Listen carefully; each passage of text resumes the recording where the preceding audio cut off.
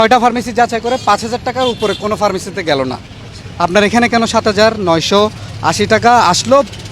প্রায় 8,000 টাকা কেন আসলো? 320 টাকা এগুলো আসলে ওভাররেটে কিনা ছিল তো, এগুলো ইনপুটের মাল, কথা বুঝছেন। এটা 100 টাকাও চলছিল, কিন্তু আরো আশেপাশের দোকানদার আছে। যে ওষুধের দাম হচ্ছে 180 টাকা, 160 টাকা রাখা যাবে, ধরেন লাভ হবে, 160 টাকা রাখলেও লাভ হবে। এরপর উনি রাখছে কত? 320 টাকা একটা ওষুধের দাম, মানে ওই প্রোডাক্টের দাম একটা প্রোডাক্টের উপর। চট্টগ্রাম মেডিকেল কলেজে এসছি আমরা, এবং এই চট্টগ্রাম মেডিকেল কলেজের প্রতিটি ওয়ার্ডের সামনে বিভিন্ন জায়গায় দালালদের দৌরাত্ম্য কী পরিমাণ বেড়েছে তার একটি উদাহরণ আপনাদেরকে দিতে চাই দর্শকদের জন্য। এবং এই ব্যক্তিটি একজন অসুস্থ রোগীকে নিয়ে চট্টগ্রাম মেডিকেল কলেজের 26 নম্বর ওয়ার্ডে তিনি এসছেন, এবং তার রোগীকে সেখানে ভর্তি দেওয়ার পর হাসপাতালের পক্ষ থেকে একটি প্রেসক্রিপশন আসলে তাকে দেওয়া হয়, যে প্রেসক্রিপশনের ওষুধ, বিশেষ করে সার্জারির জন্য যে কিছু ওষুধপত্র দরকার সেইগুলো চিকিৎসকরা তাকে লিখে দেন, এবং হাসপাতালের বাহির থেকে বা যে কোনো ফার্মেসি থেকে তাকে নিয়ে আসার জন্য ডাক্তাররা বলেন।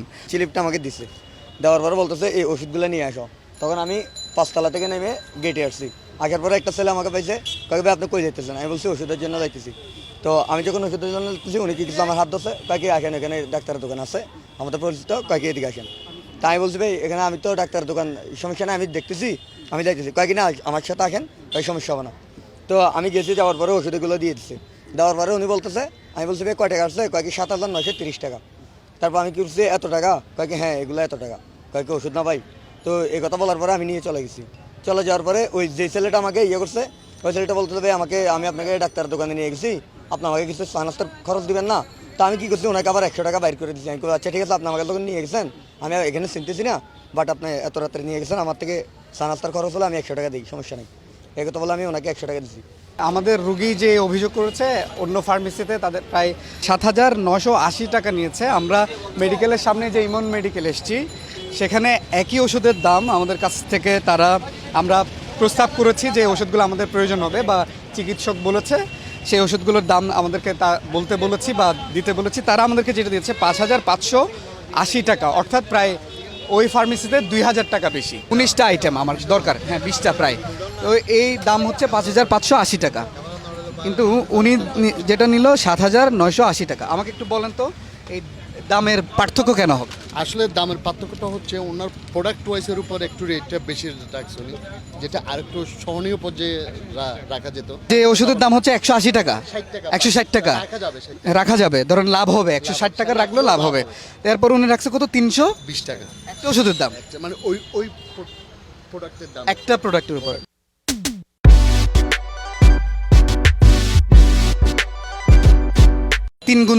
তিন গুণ দাম ধরলো, বাড়ায় ধরলো।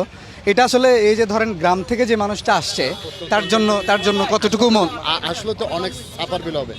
প্রত্যন্ত অঞ্চল থেকে আসে যারা গরিব রোগী, তারাই তো আসে। আমরা যে ওষুধটা এখানে উনি লাভ করে তার 20টা ওষুধের দাম এসছে 5,000 সামথিং, অর্থাৎ 5,580 টাকা, 5,600 টাকায় ধরলাম, এবং একই ওষুধ নিল 7,500 টাকা অন্য ফার্মেসিতে। আমরা এখন যাব সেই ফার্মেসিতে এবং তাদের কাছে জানতে চাইবো এই ওষুধের দাম এত তারা নিল কেন। এটা আপনাদের লেখা কিনা? নাইট শিফট থাকে তো, হ্যাঁ নাইটের হবে, হ্যাঁ নাইটের একটু চাপান, একটু সামনে আসতে হবে। এটার নাম হচ্ছে কি? সবুজ ফার্মেসি। ওকে, এটা আপনাদের মেমো কিনা? হ্যাঁ হ্যাঁ অবশ্যই। ওষুধ নিছে কে? আপনি নিছেন না? এখান থেকে নিছেন তো, এখান থেকে নিলে তো আমাদের মেমো হবে। আপনি মেমো দিলেন না কেন? এটা মেমো না, এটা কি মেমো? এখানে আপনার ফার্মেসির নাম আছে? না, নাম না থাকলে হয়তো সিল দেয় নাই আর কি, হয়তো সিল দেন না কেন? নেয় নাই, তখন দেয় নাই কেন, মানে আপনি নেয় নাই আর কি। আর উনি যদি বলতো যে এখানে এত মেমো করে দিছে, সিল বললে সিল দিবে না, কথা বুঝেন নাই? উনি তো মেমো করে দিছে, আর এটা তখন আমরা ছিলাম না, এটা নাইডের। এই 20 ওষুধের দাম এখানে আপনারা লিসেন কত? 7,980 টাকা। আমরা 3জন ডাক্তারের সাথে কথা বলছি, 6টা ফার্মেসি যাচাই করছি, আচ্ছা আচ্ছা। এবং এই একই ওষুধ আমরা 6টা ফার্মেসি যাচাই করে 5,000 টাকার উপরে কোনো ফার্মেসিতে গেল না। আপনার এখানে কেন 7,980 টাকা আসলো? প্রায় 8,000 টাকা কেন আসলো? আমাকে দেখতে হবে, আপনি এটা আমাকে প্লিজ আপনি প্রাইসটা দেখেন। একদম শুনেন, যেহেতু নাইটের স্টাফে বিক্রি করছে, কথা বুঝছেন, মালিক পক্ষ আমি মালিক পক্ষ, আপনি বলেন হ্যাঁ। যেহেতু জারি করছে নাইট পক্ষ বিক্রি করছে, এটা দেখতে হবে তো। আর অবজেকশনটা উনি আমার কাছে নিয়েও আসেনি। কম বেশি যদি না কম বেশি হতেও পারে যদি, কারণ হ্যাঁ বেরি করে। একটা স্কোয়ারের 1 গ্রামের দাম আছে 1300 টাকা, আর একটা ইবনেসিনের 1 গ্রামের দাম আছে 700 টাকা। ডিফারেন্স কত টাকা হয়? প্রায় আপনি 600 টাকা ডিফারেন্স না? এখানে আপনি এক এক কোম্পানি পেতে এক এক প্রাইস, কথা বলছি না। ওই জিনিসটা যদি উনি আমাকে আসতো, আমার কাছে উনি তো ভাই উনি তো আমি আসা পর্যন্ত আপনাকে আপনাকে আমার ওষুধগুলো ডাক্তারের কাছে খরচ করছেন, তো আমার ওষুধ আমি দিছি, আমার ওষুধগুলো আমাকে ফেরত দেন, তারপর আপনি কয় টাকা পাবেন আমি আপনাকে দিয়ে দেবো। আমাকে এই কথা বলতেছে।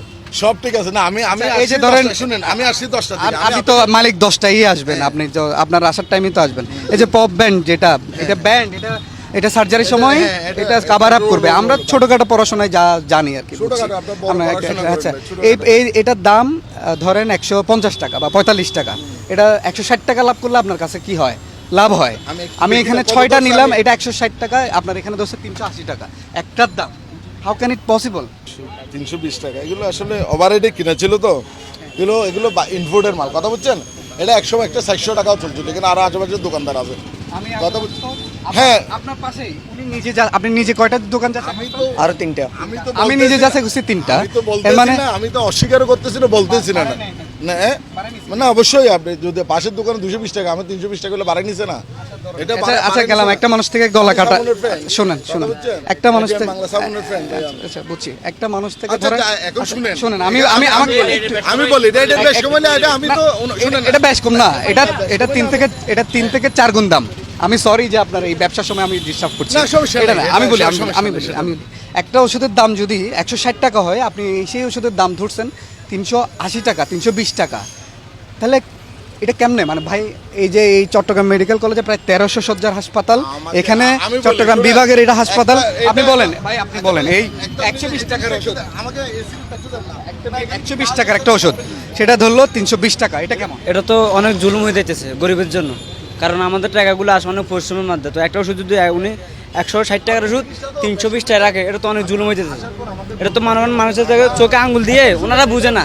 মোটা দাগে একটা চিত্রই আমরা আসলে দেখতে পেলাম যে এই চট্টগ্রাম মেডিকেল কলেজ হাসপাতালের যে আশেপাশে প্রায় 100টির বেশি এরকম ফার্মেসি রয়েছে, এবং এই ফার্মেসিগুলোর প্রত্যেকটিরই একটি দালাল চক্র আছে, যারা চট্টগ্রাম মেডিকেল কলেজের বিভিন্ন ওয়ার্ডে, বিশেষ করে gynae ward, surgery ward, medicine ward, এই ওয়ার্ডগুলোর সামনে তারা অবস্থান করে, এবং একজন গ্রামের প্রত্যন্ত অঞ্চল থেকে যেখান থেকে একজন রুগী আসুক তাদেরকে তারা ধরবেন। যখনই একটা এরকম ডাক্তারের দেয়া প্রেসক্রিপশন তারা নিয়ে বের হন, এবং বের হয়ে এসেই তাদেরকে ধরে আসলে এই তাদের নির্ধারিত দালালদের নির্ধারিত যে ফার্মেসিগুলো, সেই ফার্মেসিগুলোতে নিয়ে আসে, এবং দ্বিগুণ থেকে 3 গুণ দামে কিন্তু তারা এখানে দাম আদায় করছে, গলা কাটা দাম আদায় করছে, যেগুলি আসলে এই পর্যায়ে সাধারণ মানুষের জন্য এক ধরনের গলার কাটা। আমরা আশা করব বিভিন্ন সময় আমরা দেখেছি র্যাব, দুদক এবং ভোক্তা অধিকার সহ বিভিন্ন সংস্থা এখানে অভিযান চালিয়েছে, কিন্তু এই যে দালালদের চক্র বা তাদের যে দৌরাত্ম্য, সেটি আসলে